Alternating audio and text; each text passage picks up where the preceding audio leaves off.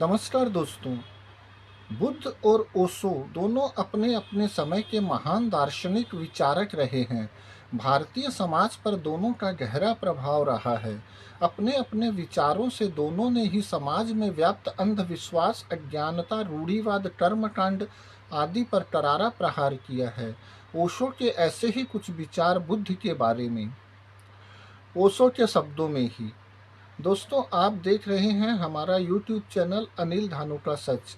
अगर आपको हमारा काम पसंद आता है तो इस चैनल को लाइक कीजिए, सब्सक्राइब भी कीजिए और कमेंट्स भी कीजिए। अब आगे। बुद्ध करीब 40-42 वर्षों तक सतत बोलते रहे और पूरा एशिया उनसे प्रभावित हुआ। पूरा एशिया आंदोलित हो उठा, सिर्फ भारत को छोड़कर। अब कसूर या तो बुद्ध का हो या भारत का हो। बुद्ध का तो कसूर हो नहीं सकता। हाँ, तुम इसे ही कसूर कहो तो और बात है कि उन्होंने सत्य को जैसा था वैसा ही कह दिया, सीधा सीधा कह दिया, नग्न कह दिया। भारत के पांडित्य के वस्त्र उसे न पहनाए, और मैं कहता हूँ कि अच्छा किया कि न पहनाए। भारत ने माना या न माना, लेकिन बुद्ध ने अपनी ओर से चेष्टा में कोई कमी न की। भारत को जगाने का जैसा अथक अंतहीन प्रयास बुद्ध ने किया, न उसके पहले किसी ने किया था, न उसके बाद ही किसी ने किया। और मैं तुमसे कहता हूँ, सत्य के रास्ते पर असफल हो जाना असत्य के रास्ते पर सफल हो जाने से लाख दर्जा बेहतर है। बुद्ध की असफलता में भी रामकृष्ण की सफलता से कहीं ज्यादा मूल्य है। बुद्ध एक ही तो बगावती पुरुष हैं। भारत के जीवन में अगर कहीं कोई नमक है तो वह बुद्ध के कारण है। थोड़ा कुछ स्वाद है तो वह बुद्ध के कारण है। नहीं तो भारत बिल्कुल बेस्वाद होता।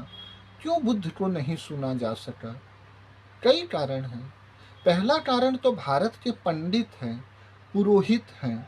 उनका जाल पुराना है, कोई हजारों साल पुराना। और बुद्ध जैसा व्यक्ति जहाँ भी कहीं पैदा होगा, पंडित और पुरोहित उसके विपरीत खड़े हो ही जाएंगे, क्योंकि उसकी चोट उनके पूरे धंधे को ही तोड़ने लगती है। उसकी चोट में उनकी मूर्तियां गिरने लगती है, उनके मंदिर भूमिसात होने लगते हैं। उसकी चोट में उनके शास्त्र उखड़ने लगते हैं। उसकी चोट में लोग जागने लगते हैं और देखने लगते हैं कि पंडित तो केवल दुकानदार है, व्यवसायी है, शोषक है। उसकी मौजूदगी में साफ दिखाई पड़ने लगता है कि पंडित तो केवल बासी बातें दोहरा रहा है, तोते की तरह दोहरा रहा है। बुद्ध की मौजूदगी में तुलना हो सकती है। पंडित बुद्ध जैसे व्यक्ति को क्षमा नहीं कर सकते, असंभव है।